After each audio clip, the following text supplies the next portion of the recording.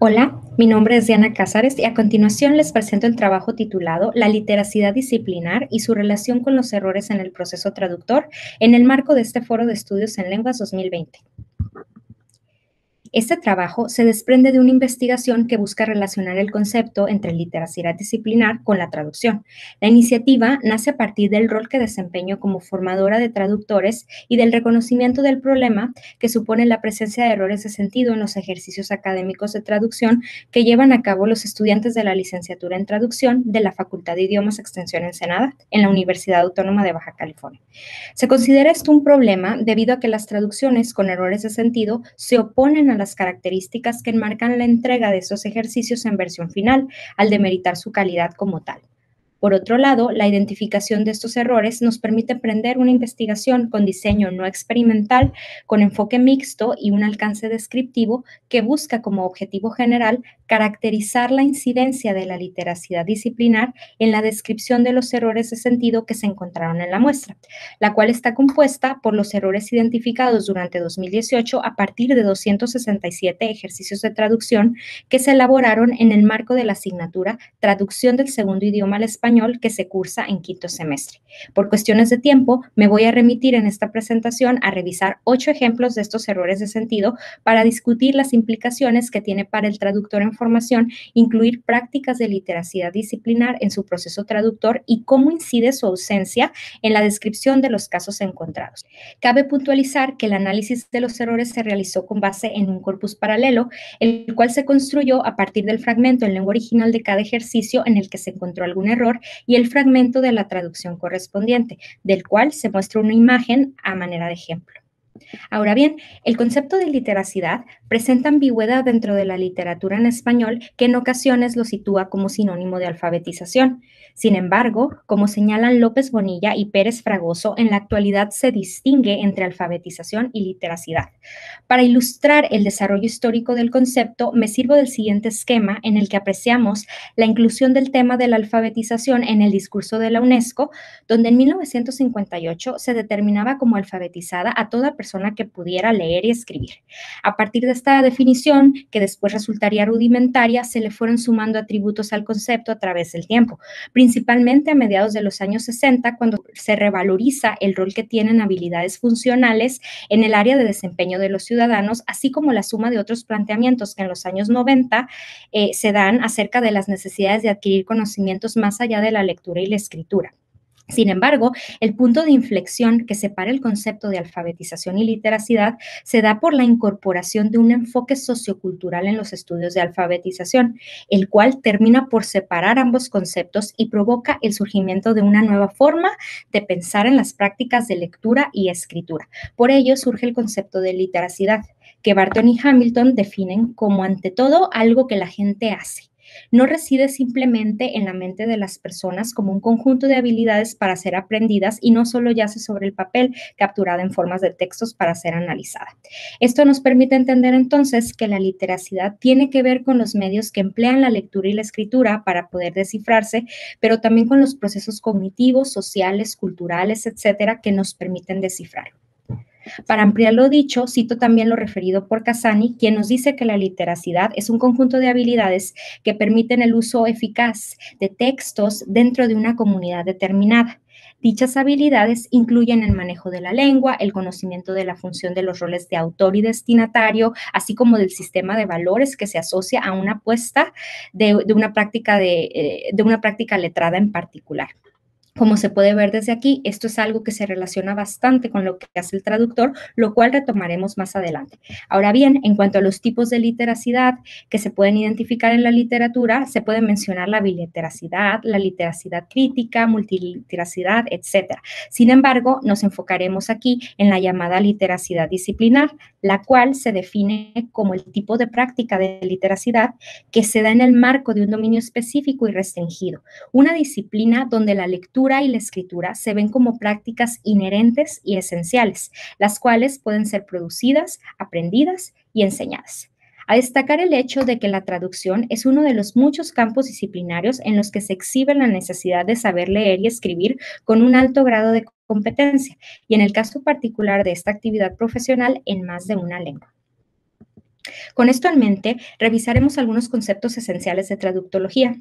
Entendemos por competencia traductora al conjunto de herramientas o recursos de variada procedencia, intelectuales, psicosociales e incluso afectivos, que están destinados a la toma de decisiones y a la resolución de eventuales problemas que se presentan en el devenir del proceso traductor, mientras que el proceso traductor es entendido como el proceso cognitivo complejo de naturaleza interactiva que involucra la identificación y solución de problemas, así como la toma de decisiones en pro de hacer posible ese traslado que es la traducción misma. Y bueno, el proceso traductor generalmente se divide en tres etapas que para efectos de nuestro análisis se definen en los siguientes términos. Tenemos como primera a la pretraducción, que es la preparación del vínculo que ha de establecerse entre el texto original y el traductor a través del análisis textual. La traducción o fase de traslado del mensaje del texto original al texto meta en forma de un borrador de traducción, y la posttraducción, que es la etapa en la que se trabaja ese borrador atendiendo a la identificación y corrección de errores identificados por el traductor, la maquetación y en general la preparación de la versión final del texto traducido, la cual será el resultado del ejercicio de traducción que se presentará al profesor para su evaluación. Ahora bien, la competencia traductora está conformada por varias subcompetencias. Según el modelo que se consulte, el nombre y la cantidad de estas subcompetencias puede variar ligeramente, pero el que proponemos aquí es el que consideramos de mayor difusión en el ámbito de la formación de traductores y es el que corresponde al Grupo PACTE de la Universidad de Barcelona. En el esquema apreciamos la integración de diversas subcompetencias, por ejemplo, la bilingüe, extralingüística, instrumental, etcétera, que no repasamos aquí a detalle por cuestiones de tiempo, pero que incorporaremos al análisis. Y bien, habiendo repasado el marco conceptual que sostiene este estudio, me permito insistir en nuestro objetivo, el cual constituye los errores identificados en las traducciones en versión final, es decir, la que los estudiantes entregaron habiendo ejecutado estas tres etapas referidas en el marco de traducción del segundo idioma al español. Si bien la teoría del error en traducción es amplia y aborda diferentes taxonomías, aquí nos ceñimos específicamente a los errores de sentido. Para definirlos, nos adherimos a la clasificación que propone principalmente Jean Delisle, quien los define de la siguiente forma. Tenemos al falso sentido, que es el error de traducción, que consiste en atribuir a una palabra o a una expresión del texto de origen una acepción que altera el sentido del texto, pero sin llegar a producir un contrasentido, es decir, se da un sentido diferente. El contrasentido, por su parte, es el error de traducción que consiste en atribuir a un enunciado del texto origen un sentido contrario al que el autor quiere expresar. Y el sinsentido es definido como el error de traducción que consiste en dar a un segmento del texto origen un sentido erróneo, que tiene como efecto introducir una información, una formulación absurda en el texto de llegada. Tomando en cuenta estas definiciones, proponemos la reflexión en torno a 8 casos que se presentan a continuación. Explicaré primeramente el error en contraposición al fragmento original del que procede la traducción. Al tratarse de una asignatura del Ingresar Español, mantendremos esa relación entre texto origen y texto meta. Y posteriormente explicaré cómo es que incide la literacidad disciplinar en cada uno.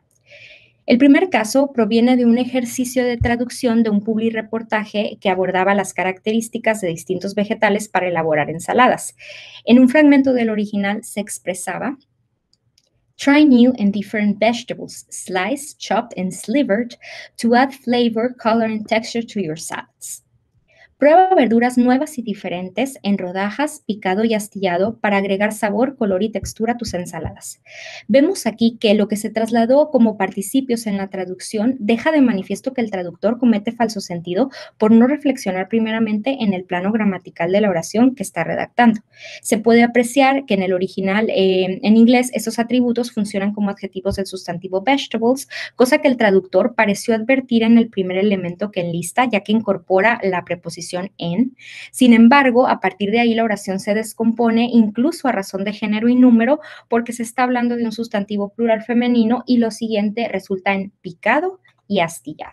El siguiente caso es también un falso sentido que proviene de la traducción de un artículo de revista que discute el desdén con el que se percibe en Estados Unidos la participación de estrellas de Hollywood en comerciales japoneses. El texto origen decía: But when it comes to Japan, said Irving Axlard, a motion picture attorney, y nos basta esta oración para identificar lo que el traductor traslada como, pero cuando se trata de Japón, dijo Irving Axlard, un abogado de cine, como se puede apreciar, sería sencillo atribuir el origen de este falso sentido a un error tipográfico. Sin embargo, es de resaltar que aun si fuera así, la literacidad disciplinar no solapa, que el traductor no realice una revisión del texto antes de entregarlo. Esto forma parte esencial de la competencia traductora en lo que el modelo del grupo PACTE denomina subcompetencia de los conocimientos de traducción, ya que un error como este sería fácilmente detectado si se lleva a cabo un proceso de autorrevisión en la posttraducción, un análisis contrastivo que permita percibir el error que parece inofensivo, pero sabemos que constituye una grave falta, ya que cambia la identidad del sujeto al que se hace referencia. El tercer falso sentido ocurre en el marco de un ejercicio de traducción en el que se trabajó también con un texto periodístico, pero este era un reportaje que retoma el terremoto que ocurrió en Haití en el año 2010. At night, relatives sleep close to one another, fearful of thieves hiding in the dark. Por la noche duermen relativamente cerca el uno al otro con temor a los ladrones que se esconden por las noches. Este error caracteriza claramente la definición que provee Delisle sobre el falso sentido, la cual recordamos hace referencia a una mala interpretación por parte del traductor del sentido del texto original. Probablemente esto esté anclado en una mala decodificación lingüística que se ejecuta en algún momento de la lectura y su procesamiento cognitivo. Sin embargo, tampoco podemos descartar del todo que tenga un origen lingüístico sobre la competencia bilingüe del estudiante que confundió el sustantivo relatives con el adverbio que vemos en la versión en español. En todo caso, ambas posibilidades se contraponen a lo que debería lograrse en una versión final, que es producir una versión pulida y terminada de la traducción. Vemos de nueva cuenta que hizo falta incorporar prácticas de literacidad dirigidas a leer hasta conseguir una apropiación del sentido completo del texto.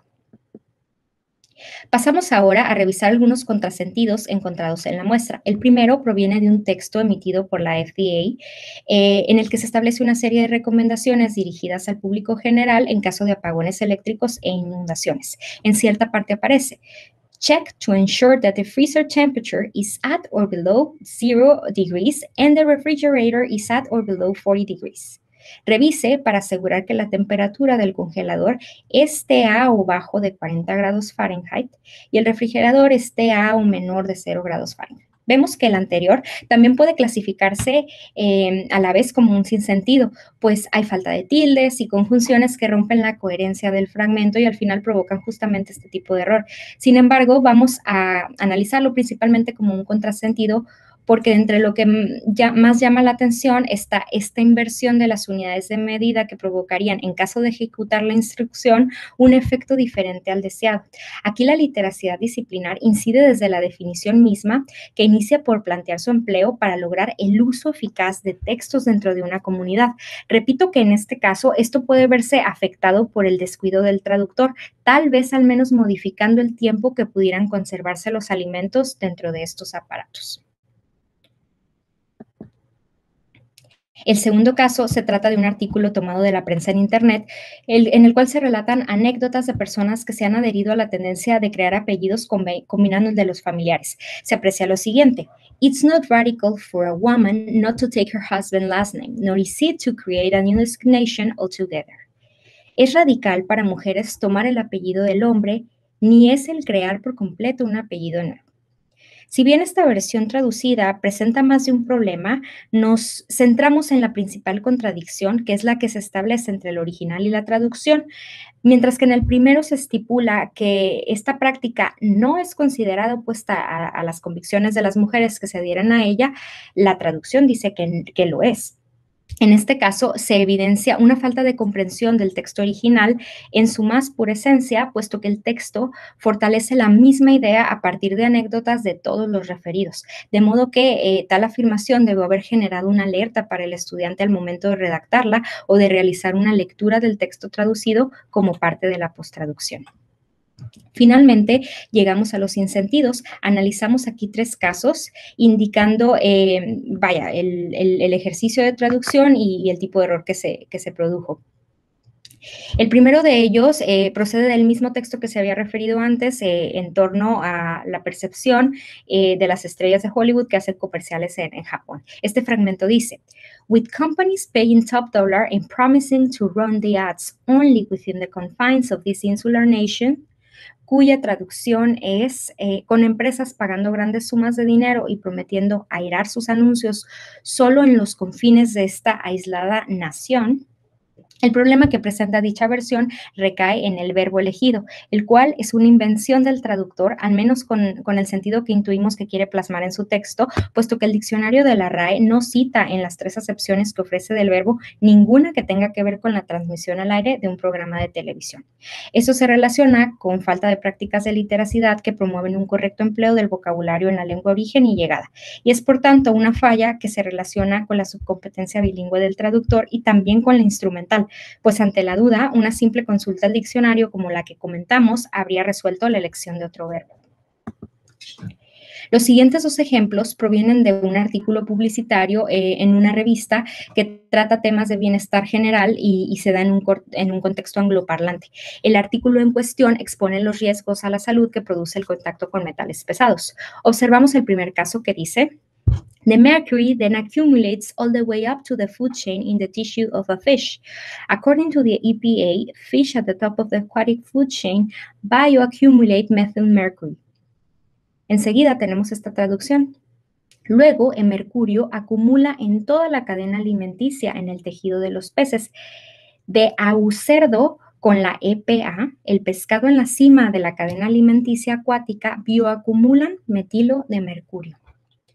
También proponemos este otro caso proveniente del mismo texto original. Regularly sweep heavy metals from your colon and draw them from the tissue lining the walls of your intestinal tract using a powerful herbal colon detoxifier. Elimine regularmente los metales pesados de su colon y quite del tejado que cubre las paredes de su tracto intestinal usando algún fuerte desintoxicante herbal para colon.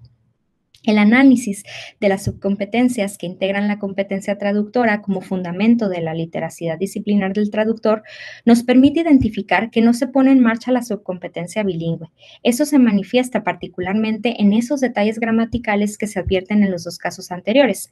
Por ejemplo, las grandes faltas de ortografía que hacen referencia a esta competencia gramatical que hace falta desarrollar y también a la elección de ciertas equivalencias, como en el caso del primer ejemplo al que retrocedo, en el que se eligió pescado como equivalente de fish en un contexto en el que sería más adecuado pez o peces.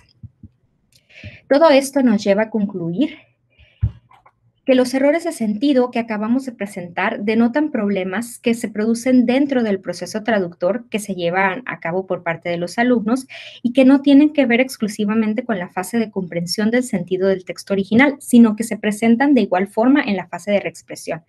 La competencia traductora constituye el eje central de la literacidad disciplinar de la traducción, puesto que exhibe el conjunto de saberes particulares que debe poseer el profesional de esta área, los cuales, como puntualizan las subcompetencias que integran, no son de exclusivo orden lingüístico, sino que constituyen un conjunto de literacidades que le permiten al traductor desempeñarse efectivamente en su actividad. Sin embargo, con base en los ejemplos presentados, se puede establecer una relación directa entre la omisión del ejercicio de alguna de estas subcompetencias y la comisión de errores de sentido.